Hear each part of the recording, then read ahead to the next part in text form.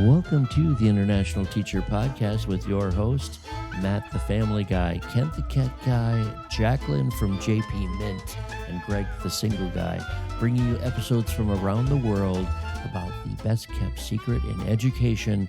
You've got it, international teaching. Welcome to the show. Welcome to the ITP, the International Teacher Podcast. I'm Kent the Cat Guy. I'm your host today. I'd like to say good morning, good afternoon, good evening to JP Mint. Hello from Querétaro, Mexico. Nice to see you, Kent. Nice to see you, JP.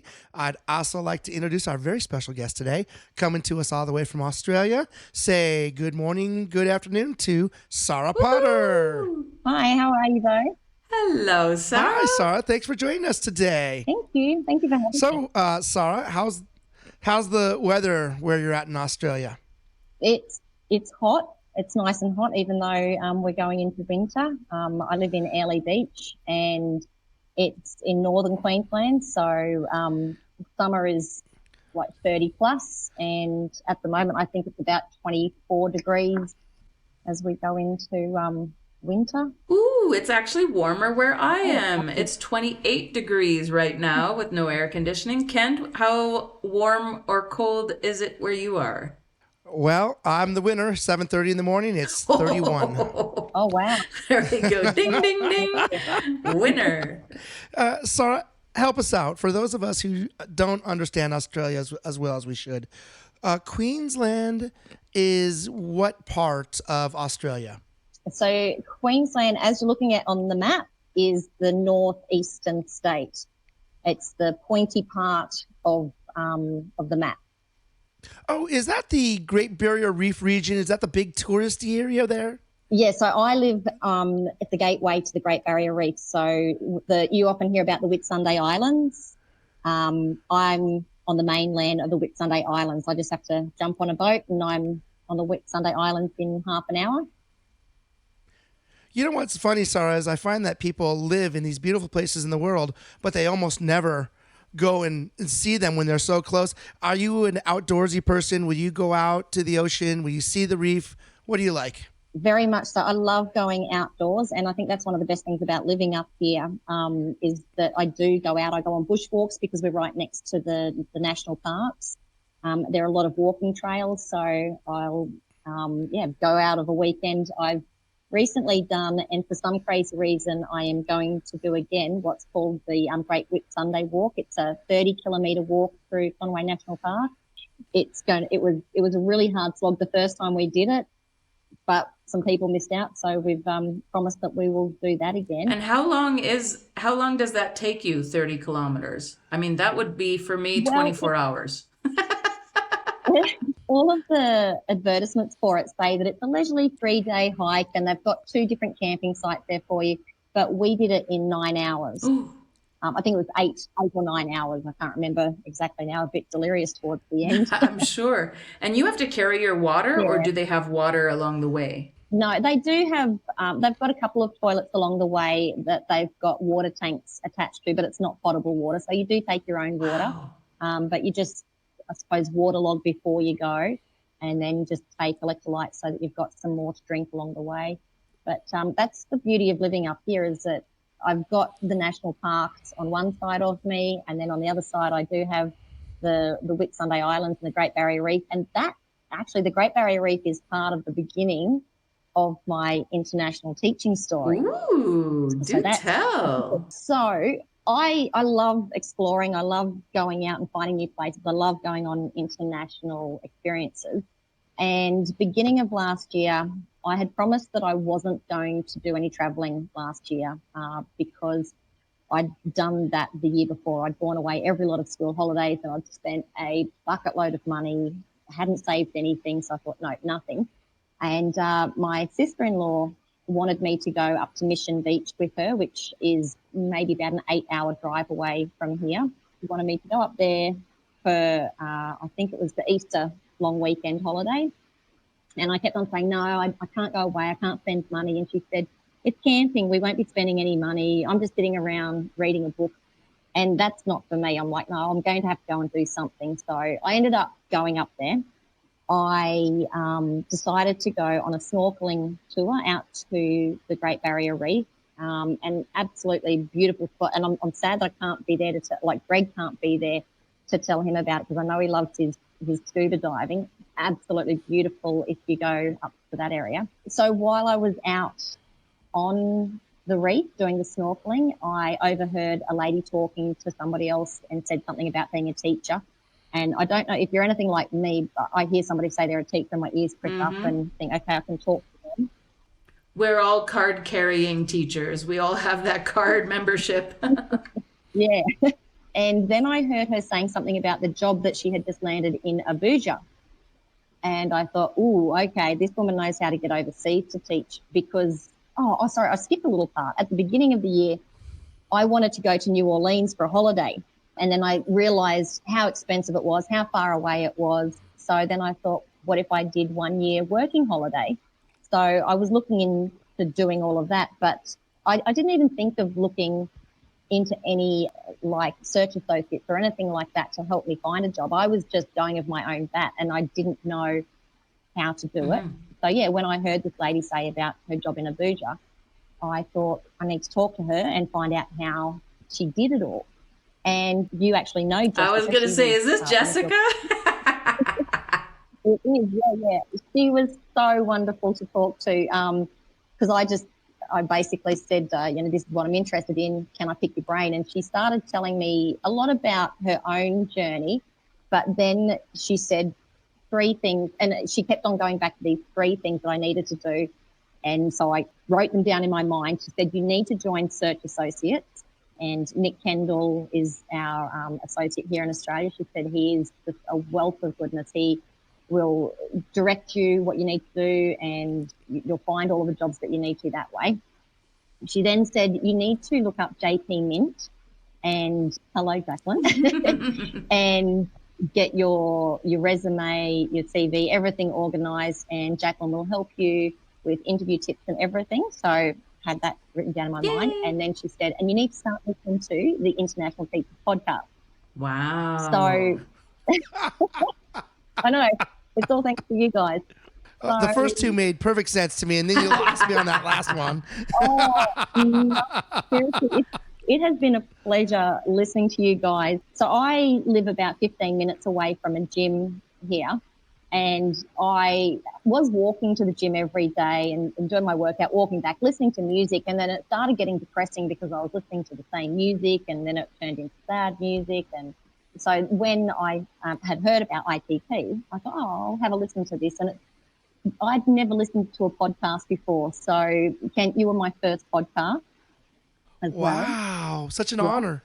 This is pre-you being part of the interviewing team, but I did actually hear your interview when you were a guest. And so I just started listening from the very, very first podcast that the guys had started. And yeah, I would walk to the gym listening to it, get there and do my workout, and then turn it back on and listen to it on the way home. Sometimes I'd still have it going if it was something that my teeth were right into, and I'd listen while I'm heading around the house.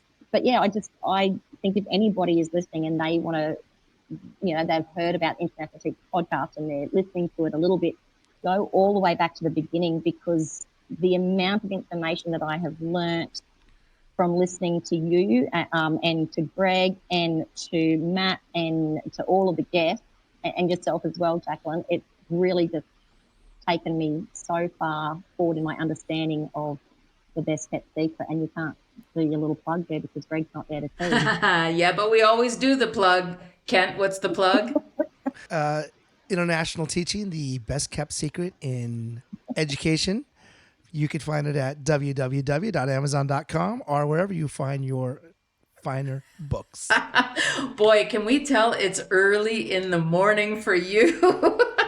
All right. So, Sarah, here we are, this part of your story. You've met an international teacher. You've gotten some advice. You followed up. Maybe you contacted JP Mint. I haven't got to that part of the story. You were listening to the podcast, of which probably we should send you an apology letter for some of those episodes. So how did it help out? Did it work for you? Yeah, definitely. So I've now got a job in China. I'm currently going. Congratulations. Hey, Sarah. Thank you. Great. Wow. Tell us a little bit about how that happened. Okay, so when I got onto Search Associates, I got my portfolio organised, and then it opened up the web page, I suppose, where you can start looking at all of the international schools. I had a look in a general area as to where I wanted to go, and I had two different regions. I either wanted to go to Europe or to Asia. And my train of thought there was that living in Australia, I'm quite close to Asia. It's easy to get there. It's cheap to get there. I can get there anytime I want to. I'd previously lived in Asia for 3 years. I lived in Malaysia, in Penang, with my then husband, so my now ex-husband, and my girls, my children. So when I spoke to Nick from Search Associate, he said, when I said to him, I was thinking about going to Europe, because if somebody's going to pay me to go over there and work, then that's a great experience. And he said, well, that's a fantastic idea, and don't think that you can't do that. Oh, that sound just changed. So my choice, when I said to him, I was thinking about either Europe or Asia, he said a lot of beginning international teachers will start in Asia, purely because the cost of living in Europe is so high. The packages probably aren't as good. So if you're looking at any savings, it's not really viable. Whereas Asia, you can build up your little savings pack and then have that to I suppose, support you if you do decide to go elsewhere. So that changed my mind from Europe down to Asia. And then when I started looking at the schools through Search Associates, and you can see what the packages are, you can see the contracts and all of the benefits that they provide for you. I zoned down to either Indonesia or Thailand, because I like both of those areas. I speak Indonesian because I teach Indonesian as well. Bahasa? So Bahasa, yeah. Whoa. If I may interrupt the flow of the story for a moment, you just blew my mind there, Sarah. Sarah, how did you learn Indonesian? You teach it. How did you learn it? Yeah, so when I was at university, we had to choose. We had our core subjects, and then we had to choose an elective, and we had choices of music and PE and computers. And I love all of those things, but they didn't really blow my mind. And the languages was one of the choices. And because I've always, ever since day dot, I remember as a little tiny person going to the school library and getting books out about other countries. So I thought, yeah, I'll learn another language. And funnily enough, the choices at uni at the time were German, and I didn't think I liked the sound of it, because my sister did a little bit of that in high school, and it just sounded so harsh, and I wasn't interested. The other choice was actually Chinese, and I thought, wow, no, that's way too hard. I don't want to do that. And the other one was Indonesian, and I had actually nannied for a guy when I was younger who was a teacher, single dad, and he was learning Indonesian in his spare time. So I thought, oh, yeah, heard a bit of that. I'll just do that. So, yeah, I had three years of learning Indonesian at university. Fourth year was all about languages and learning how to teach a language.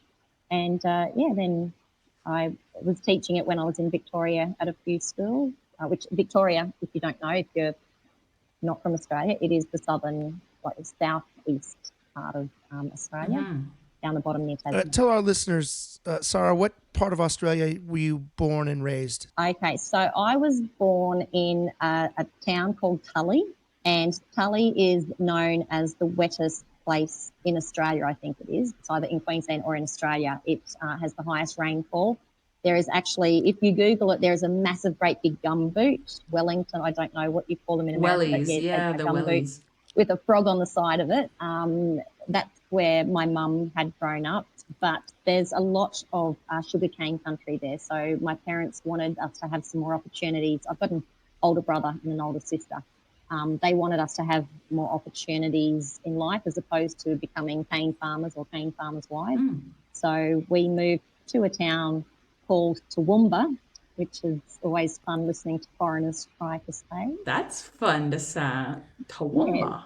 Toowoomba. So it's down near Brisbane, which is the capital of Queensland. So it's maybe about nearly 2,000 kilometres away from where I was born.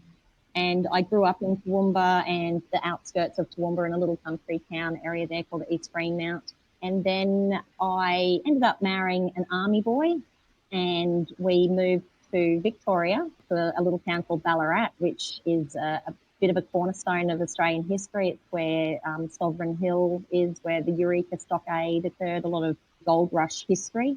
We then moved to Sydney. We lived in Sydney for a few years. Our second daughter was born in Sydney. Then we moved back down to back down to Victoria before moving over to Malaysia. We were in Malaysia for 3 years and decided that we wanted to settle. And so we kind of looked at the Seinfeld circle. I think you guys have referenced Seinfeld once or twice before. I don't know if you know the Seinfeld circle, but basically I'm not close enough to my family for them to just pop over whenever they want to. I'm not so far away that when they come to visit, they have to stay the night. I'm at that distance where they have to contact me first to see if I'm home, so I'm prepared, but I can send them back at the end of the day. Wow, that's the Seinfeld circle. Yeah, that's the sweet spot right there. All right, let's take a moment for a little commercial about how to get in touch with us. You can, of course, find all four of us at the itpexpat.com. That's www.itpexpat.com. Or you could also find us at email at internationalteacherpodcast@gmail.com. We look forward to hearing from you. Or if you're into Facebook, we have a new Facebook group at www.facebook.com/groups/ITPexpat, where you can find all kinds of inside information about ITP Expat. You can also find us on Instagram at ITPXpats. That's with an S. ITPXpats is our handle. All right, and thank you, listeners. We have over 100 countries represented by our listeners, and though we're not monetized, we are here for you, and we would like to thank all of you for listening. So let's get back to the show. So at this point in the story, are you a teacher? Are you certified? Do you study teaching? Yep. So I got my degree in 2001, so 23 years ago. And I was teaching in all of those places apart from when we went to Malaysia. Okay. It was a government contract, so the spouses are not allowed to work whilst over there. But I had two daughters, and they were in an international school. And I still have some connections of parents from that school and other students and some teachers from there. Which school was that, Sarah? St. Christopher's International Primary School. It's otherwise known as SCIPS. Okay. I don't know how popular it is in the circuit, but they were there for 3 years, and then my eldest daughter was at Uplands. Not Uplands, Delat for a couple of months. So a funny question for you. Your children are obviously Australian. What kind of international school do you think Australian families seek out when they travel abroad? Is it the British system? You're not likely to find an Australian system school, but is it an American system school or a British system school, or is IB, it just maybe whatever's IB. best? I think because my girls were in primary school and the Defence Force gave us a couple of options as to which school they could go to, it was either SCIPS or Uplands. It was closer for them to go to SCIPS for where we were living. It was a British curriculum school, and it was just a primary school. It was not a K-12, whereas Uplands is a K-12 school. So because my youngest was only just starting school when we went, she actually started her school life in Penang, and she's got some just mild special needs. So I wanted to know that I was close enough to go and support her if need be. So that was important. I think Australian women, I don't know if it's the same across the board, but when I was over there, I was told that Australian women, and particularly the military wives, were very forceful, I suppose you could say, about what our wants were as a parent. Direct? And saying direct, that's correct. Not letting the principal tell us what we have to do, but us saying, well, no, we are paying you and you do need to take that into account. So because my daughter had special needs, they threw a few things at me and I said, no, that's not good enough. This is my expectations. And they sort of threw it back at me and said, well, if we do that for her, we have to do it for everybody. And I said, well, if that's the case, then so be it. But this is what my daughter needs. And so this is what we're going to do. And Nice. they were a little bit difficult. You know, I call that Yeah, advocating, right? You advocate exactly. for your Yeah. children. Yeah. Like it wasn't anything grand that I was asking for. It was just the support. They wanted her to get extra tuition outside of school hours. And she was a little tiny person who had only just started school. So she was exhausted by the end of the day. And we trialed that and it didn't work. So we said she would get so much more benefit from having somebody in the school to support her. And we can pay for that person to come in and do it. But that then was basically, well, if we do that for you, then we have to do it for everybody. And that's when I said, well, that's where you need to use your discretion and know that this is what this child 100% needs. Do the other people need it? And if they do, so be it. Let's pick up the story. You're searching for your first international teaching job. You're thinking maybe Indonesia. Was Malaysia the other one on your list? What was the second country at that time on your list? Malaysia was a big no. I didn't want to go back. I don't like repeating my steps. I'd been there. I had seen a lot while I was there, so I wasn't overly interested. And there was a bit of history there that I was like, nah. So Thailand was another place. I've done a little bit of holidaying in Thailand. I did look at Cambodia. I did look at Vietnam. So all of those Southeast areas were there for me. I actually had an interview with a school in Surabaya. I had 3 interviews with this particular school, and I thought that I had it in the bag, but then they said, unfortunately, we are going to go with somebody else. That would have been maybe mid-December, and that's when I decided just to throw everything out the window. And again, I got a bit of inspiration from one of the ITC podcasts. Basically, don't go into it with too many rules about, well, I want this, this, and this. So initially I was like, I don't want to go anywhere that's going to be too cold because I'm used to hot weather. I don't want to go to China. That was one of them. I don't want to go here. So I just thought, well, I'm going to go to the job fair in Melbourne, and whatever happens, happens. If I get a job offer in one of those places, then, it's a couple of years out of my life. It'll be different. If it's freezing cold, it's freezing cold. I will just run with it, basically. Good for you. I think that makes you such a powerful candidate when you have an open mind and you're willing to take risks, you're willing to step out of your comfort zone.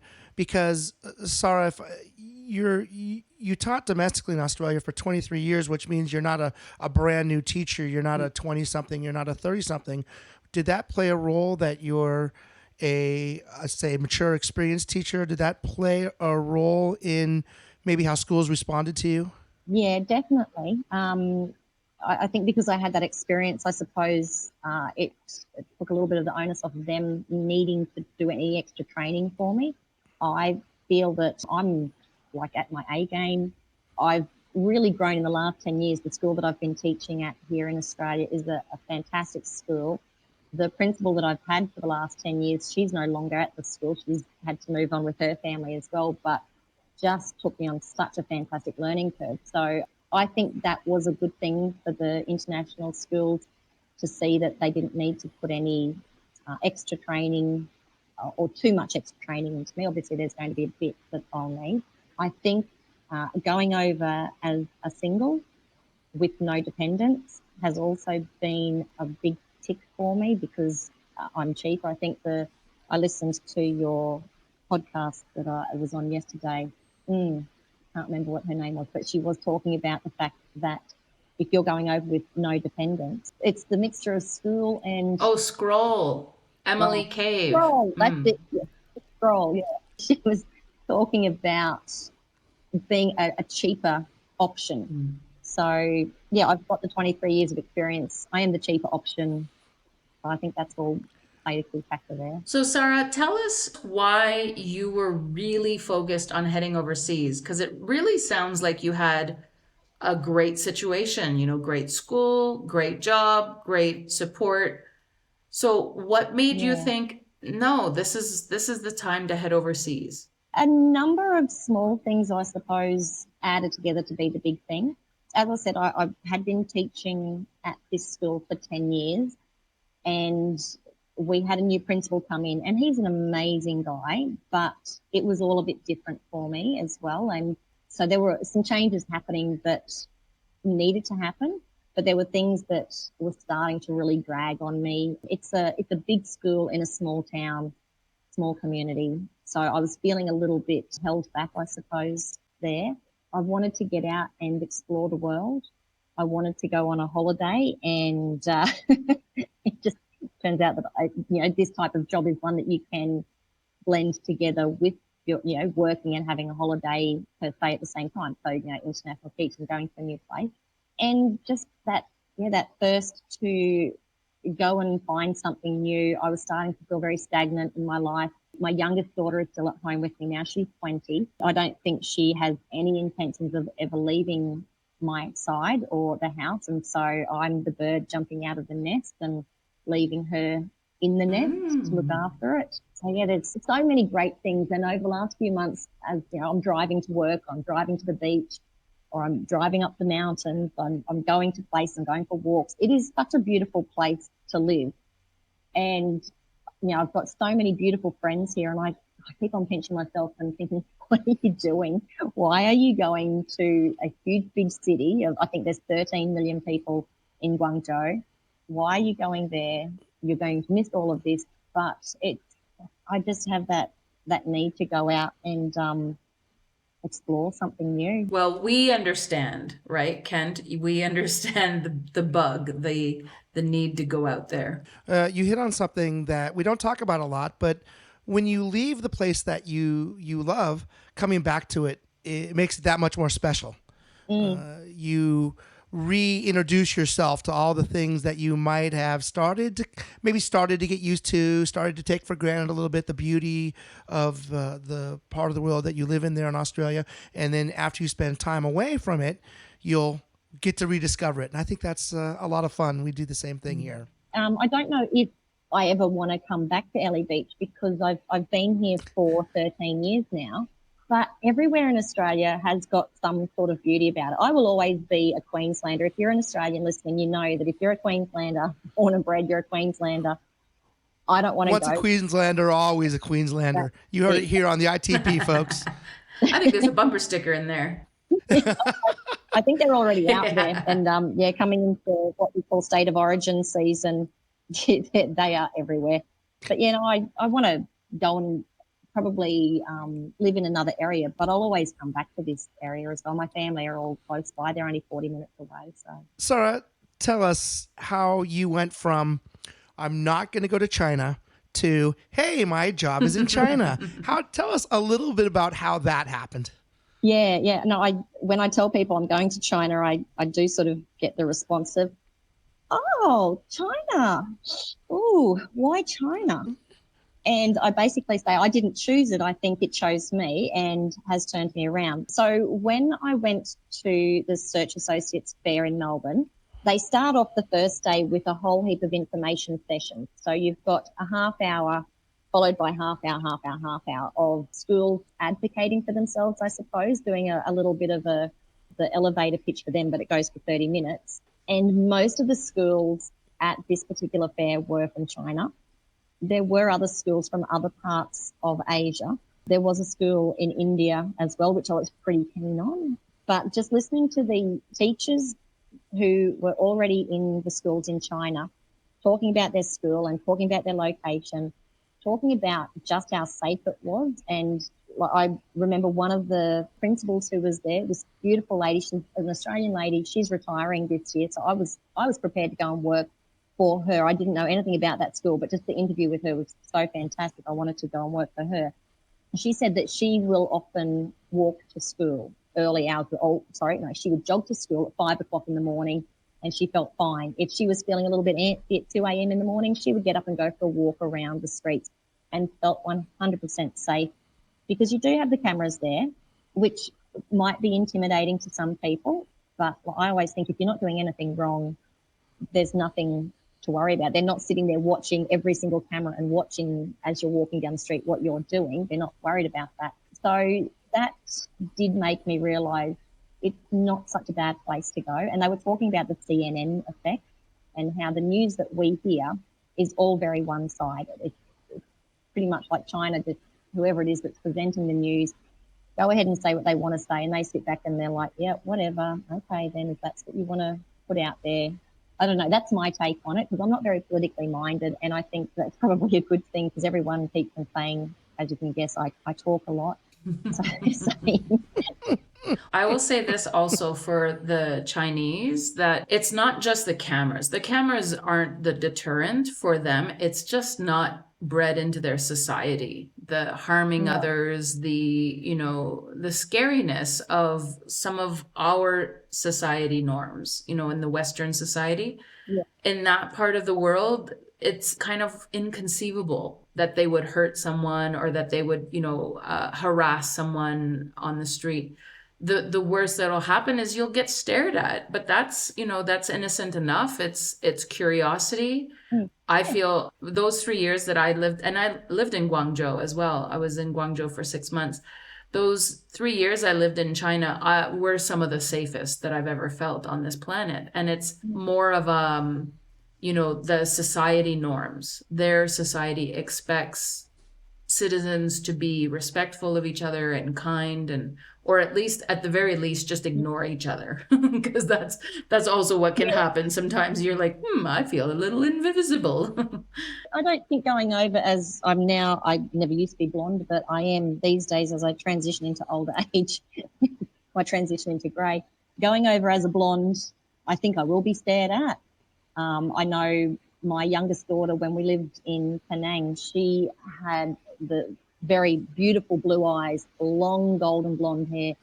She had her cheeks pinched so often, and so many people were staring at her that she, even now as a 20-year-old, she doesn't remember a lot about it, but she says, God, I remember everybody pinching my cheeks and telling me how cute I was, and it's so annoying.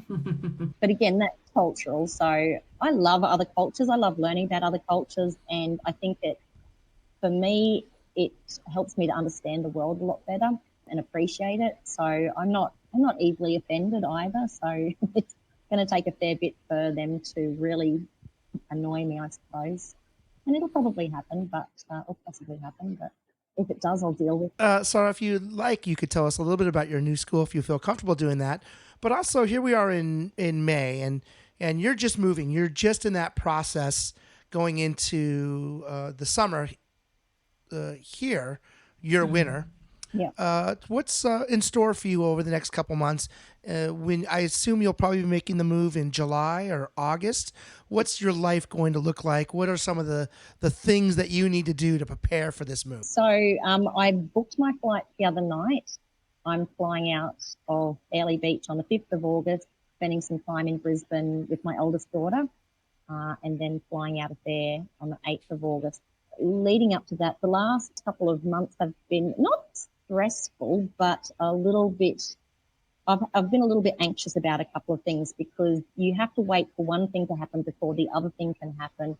So a lot of the paperwork that you have to have, like a police check. I had a police check done last year, but when I got the job, I had to get another police check done and get my degree and that police check notarized by a lawyer and then sent off to DFAT in Melbourne, which is like the foreign affairs people, for them to say, yeah, it really is, that's true, that is her piece of paper. I've had to, oh God, I've got my little list here so I know what I'm doing. Yeah, because just to clarify, you left school in January, is that right? Because that's the end of the school year for you, or December? Yeah, December is the end of the school year. So January, I did a position that's known as the DRT, which is a district relief teacher.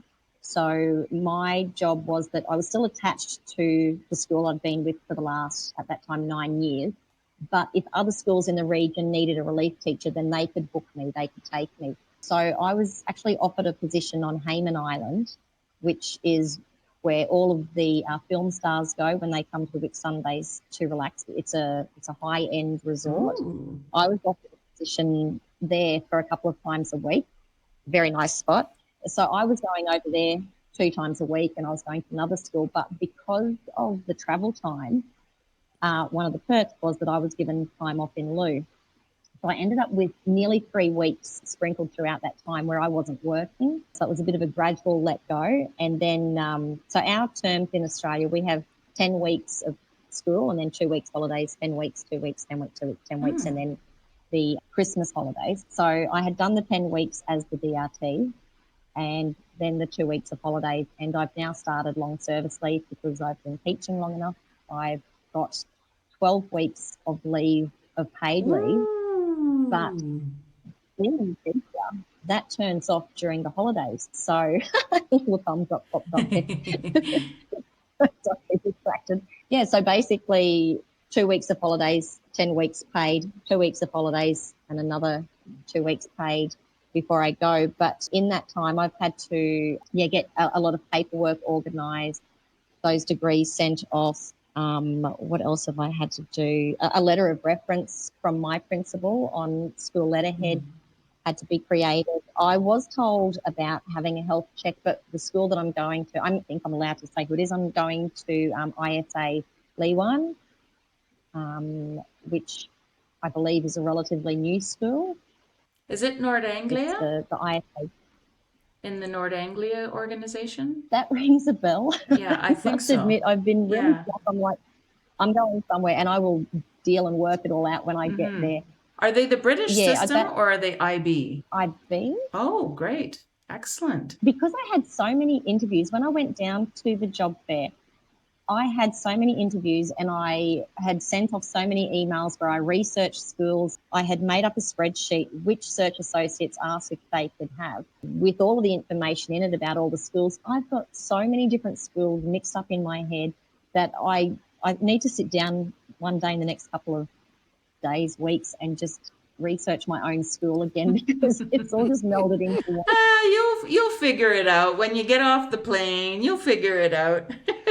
So long as I'm happy in my home environment, I'll be happy in any school. So I'll be fine. I'll deal with that when I get there. Yeah, Sarah, do you know what you'll be teaching? I'm pretty sure I'm on grade 2, which is, I really do like that age group. Is that grade 2? Is that 7, 6-year-olds?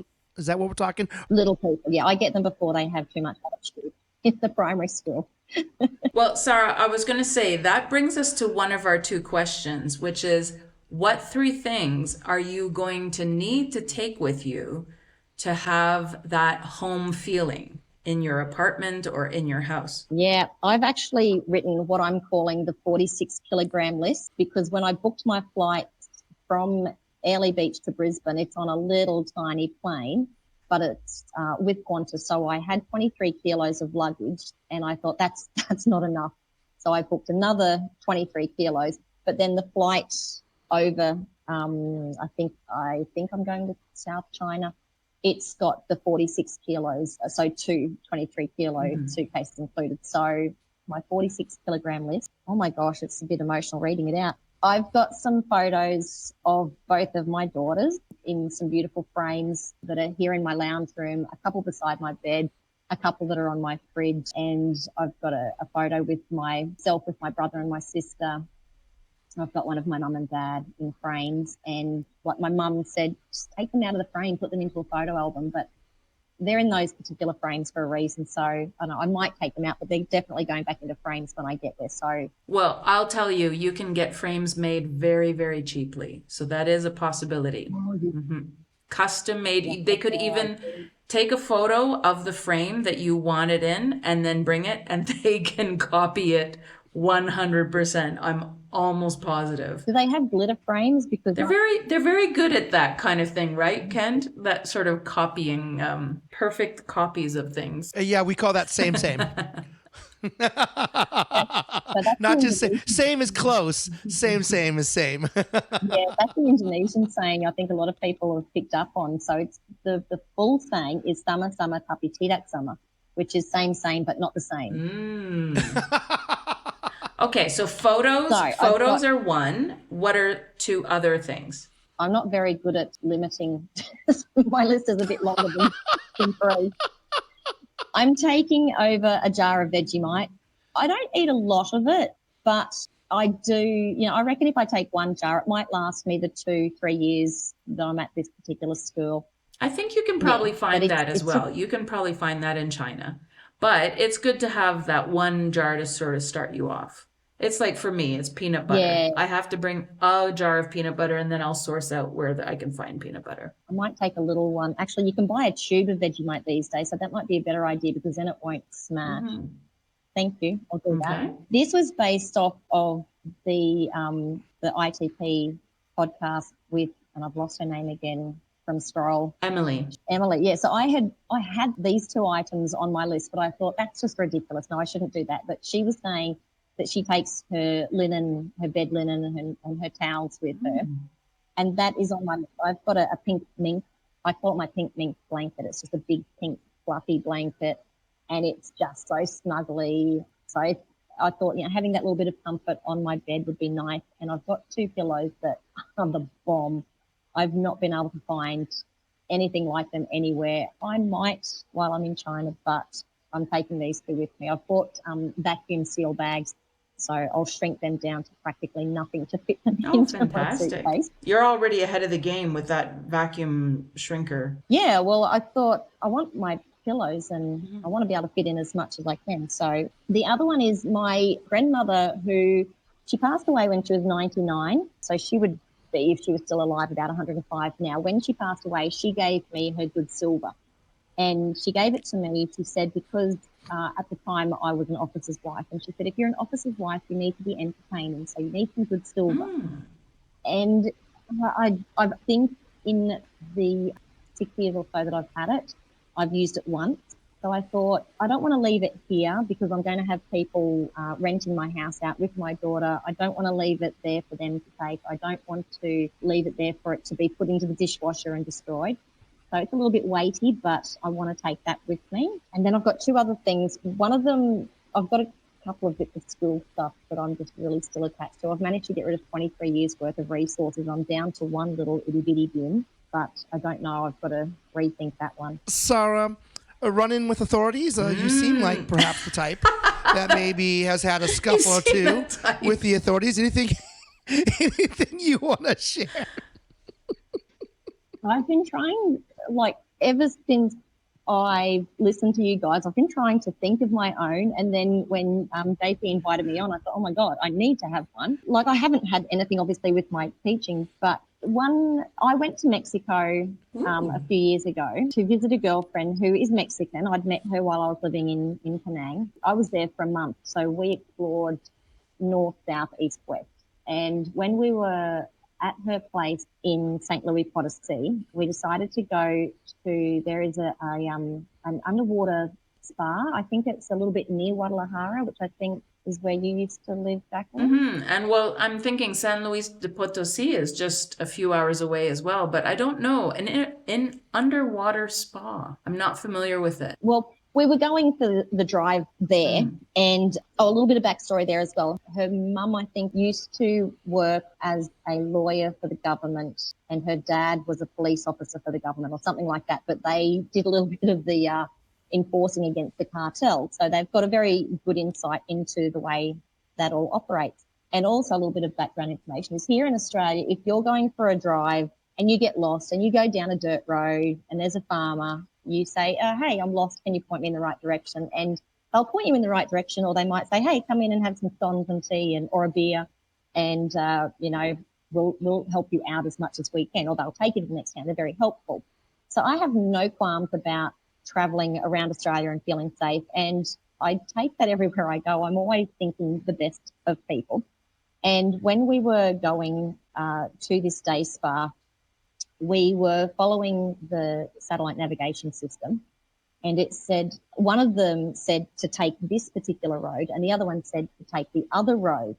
And every other journey that we had done, the one that said to take the furthest road was always sending us on a bit of a bum steer. So we thought, no, we're going to take the first road. And as we were driving along, started to turn into a dirt road. We ended up going into somebody's farm area and had pigs chase the car. Ooh. Interestingly, I've not ever had pigs chase me, but they were chasing the car. And then we were driving up through these beautiful hills, and she was pointing out the cactuses and pointed out, that might be a hacienda over in that sort of area.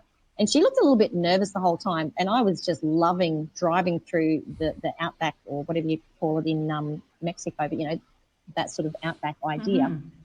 We went to the day spa, had a wonderful day. And then when we were driving home, coming on the other side of the highway, there were some military vehicles with the military, the police guys in the back that wear the black outfit, with their guns pointing at all of the cars that were on my side. And that was a little bit worrisome. When we got back to her father's place and she told him what we had done, the most beautiful, quiet, placid guy who always, tried to speak as much English around me as possible, but when she explained what we had done, he just broke into Spanish, going off his nut at her, saying, basically, how could you do that? That was so unsafe. You could have been kidnapped. She could have been killed. And it was just, they were so worried about us being kidnapped by the cartel, because we were basically in their backyard. Wow. And that's when my girlfriend admitted to me that she kind of had that in the back of her mind, that she was worried about that, but she kept on thinking, I'll just offer the white woman first. I'll take the white woman. As opposed to... You'll be the You can have my friend if You'll you be let the me sacrificial lamb. go. So I was like, what do you say in Spanish? What did you tell them? Yeah, for a cup of tea and scones, awesome. Wow. Sarah, that's our first cartel story. Yes. And when I send my apology letter, I'm not sure who to send it to, but we'll find out. They'll write in. Maybe don't. But I'm looking forward to getting some more interesting police stories whilst living overseas. So. Well, Sarah, we are going to have you back, guaranteed, after you've moved in. We want to hear about how Yes, China's we want to gone hear for you. about your That's right. onboarding. We want to hear about your arrival, your settling in. And for sure, we want Greg to meet you and you to meet Greg. So we'll have you back in the winter. It's a ITP promise. We're going to have you back sometime in the winter.